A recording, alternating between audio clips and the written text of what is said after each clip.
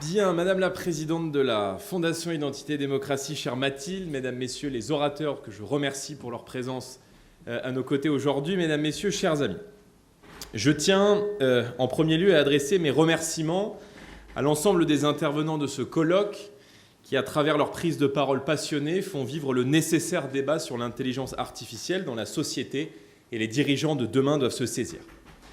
Avoir conscience de la révolution qui est en cours est un préalable à l'action politique de demain. D'abord, pourquoi avons-nous voulu faire ce colloque sur l'intelligence artificielle ? Parce que ce sujet, qui est désormais sur toutes les lèvres, qui parsème tous les rapports financiers, qui obsède les sphères de pouvoir comme les conseils d'administration, est amené à devenir le défi le plus vertigineux de notre siècle, et en réalité, il l'est déjà. L'intelligence artificielle, dans toute la richesse de ses applications et dans l'augmentation spectaculaire de ses capacités, est désormais à la confluence de nombreux enjeux fondamentaux de notre temps et bien sûr au cœur des transformations majeures qui vont bouleverser notre façon de vivre en société. En tant qu'hommes et femmes politiques, ça c'est pour nous, dont la mission est d'organiser, de persévérer, d'enrichir la société, notre responsabilité est historique. Aucun mouvement politique qui prétend aujourd'hui et demain à l'exercice du pouvoir ne peut se passer d'une réflexion en profondeur sur l'intelligence artificielle, sur son potentiel de développement, sur les incommensurables défis qu'elle recèle et sur les risques vertigineux qu'elle contient. Notre devoir est d'avoir une vision pragmatique, approfondie, dépassionnée de ce qu'est l'intelligence artificielle, une vision qui nous permette d'éviter tout à la fois l'écueil de la technophilie naïve et du messianisme, comme celui du refus catégorique du néoludisme qui viserait à brider, voire interrompre, tout progrès technologique. Le ludisme, c'est ce mouvement de briseurs de machines qui a pris part au début du XIXe siècle dans l'Angleterre de la révolution industrielle. Une révolte des tisserands, des tondeurs de draps et des tricoteurs menacés alors par la montée en puissance des manufacturiers. De nos jours, ce néoludisme s'apparenterait au refus radical des progrès de l'intelligence artificielle, à sa limitation drastique, voire à son interdiction pure et simple.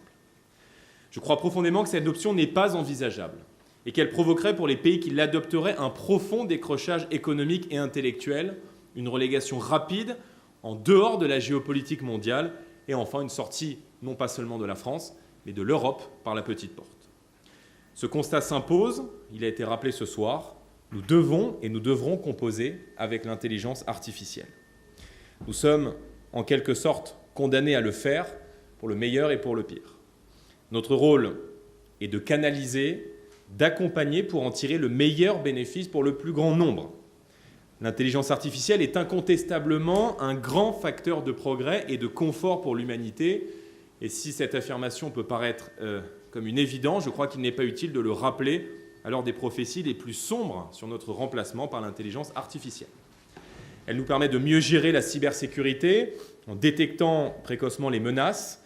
Elle nous permet de mieux organiser les transports publics, la consommation d'énergie et le flux logistique. Elle a dépassé l'œil humain dans le domaine de l'imagerie médicale et permet d'accélérer la recherche de nouveaux médicaments. Elle nous assiste au quotidien dans la conduite de nos véhicules personnels. Elle automatise une vaste partie de la protection industrielle, libérant l'homme d'un certain nombre de tâches répétitives et physiquement difficiles. Karl Marx lui-même, qu'on a évidemment peu l'habitude de citer dans nos événements, voyait d'ailleurs dans l'automatisation industrielle une émancipation de l'homme par rapport au travail subi. Cette même automatisation est d'ailleurs aussi une réponse à la pénurie de main-d'œuvre qui existe dans de nombreux secteurs, par exemple dans l'agriculture ou la robotique, pour compléter en appui la force de travail humaine.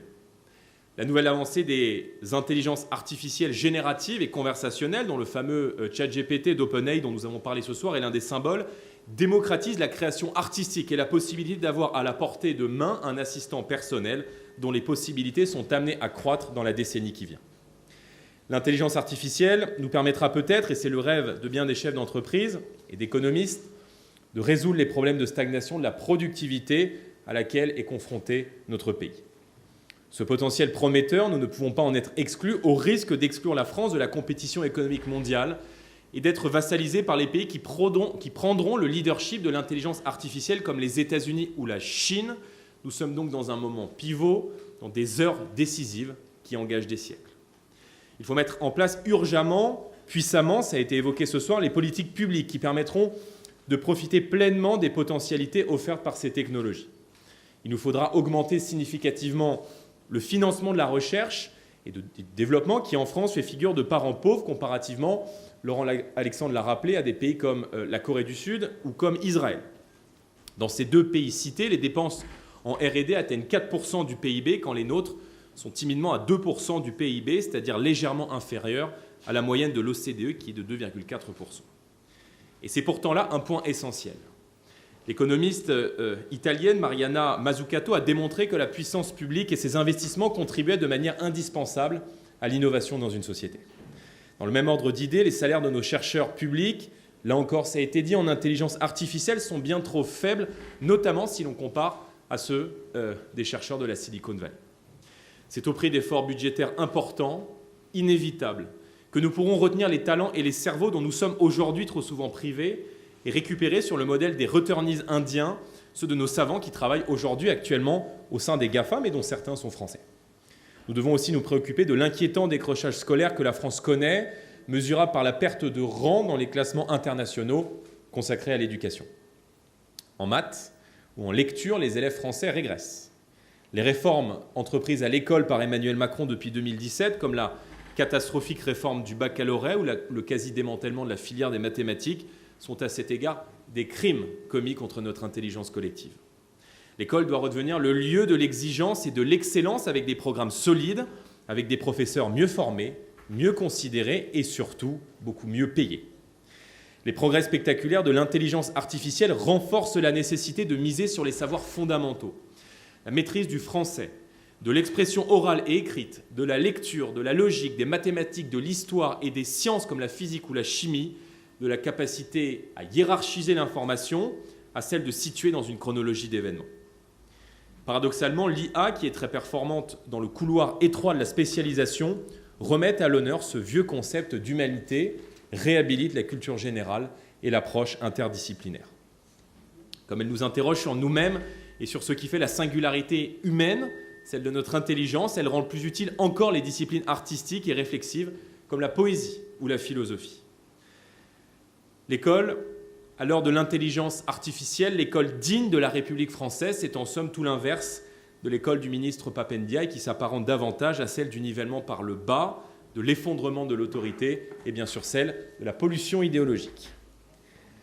Enfin, et parce qu'elle est énormément consommatrice d'énergie et parce qu'elle appelle à une réindustrialisation du pays, l'intelligence artificielle nécessite une politique énergétique cohérente, capable d'anticiper les besoins massifs qui s'annoncent. Cette politique énergétique ne peut pas être erratique, comme elle l'a trop souvent été sous Emmanuel Macron. On se souvient d'un président qui se vantait d'avoir fermé Fessenheim, qui projetait de fermer d'autres centrales nucléaires, tantôt vaguement pro-nucléaires, à travers d'annonces qui sont surtout restées des effets de com'. Notre politique énergétique doit être résolument en faveur du nucléaire, qui est une énergie puissante, bon marché, pilotable, et qui sera l'énergie correspondant parfaitement aux besoins colossaux du développement de l'intelligence artificielle dans notre pays. Pour conclure, il ne faut pas sous-estimer, ça a été évoqué par Aurélien, l'aspect de la régulation. Il faut bien sûr une régulation de ces technologies qui vont supposer des défis éthiques majeurs, vous l'avez rappelé. Prenons simplement l'exemple des intelligences artificielles génératives, que ce soit dans le son, l'image et la vidéo, qui permettent de produire une désinformation à la fois low cost et réaliste, capable de tromper un grand nombre d'utilisateurs des réseaux sociaux et arme très certainement redoutable dans le cadre, nous le savons, de campagnes électorales. Leur potentiel de déflagration est d'autant plus important qu'il prend place dans des sociétés dessoudées, fragmentées, marquées par la défiance vis-à-vis du journalisme et de la science, par l'enfermement dans des bulles connectives qui ne font que valider les biais individuels. Et l'esprit de régulation tel que excessivement proposé par l'Union européenne, nous en avons été le témoin il y a encore quelques jours à Strasbourg, est un frein majeur, une régression énorme quand elle est excessivement conduite, qui a conduit Sam Altman, le fondateur d'OpenAI, à se poser la question du départ de l'entreprise de l'Europe pour ChatGPT. Avec l'excessif esprit de régulation vu par Bruxelles, nous sommes dans le prolongement de ce qui se fait dans l'agriculture ou dans l'énergie, une monstrueuse excroissance bureaucratique dont le caractère tatillon et tentaculaire enserre tout le génie créatif des individus et des entreprises. Quand les États-Unis développent des technologies, que la Chine les plagie, l'Europe ne peut se contenter de réguler au risque de disparaître et de n'être au XXIe siècle que l'ombre de son propre mur normatif.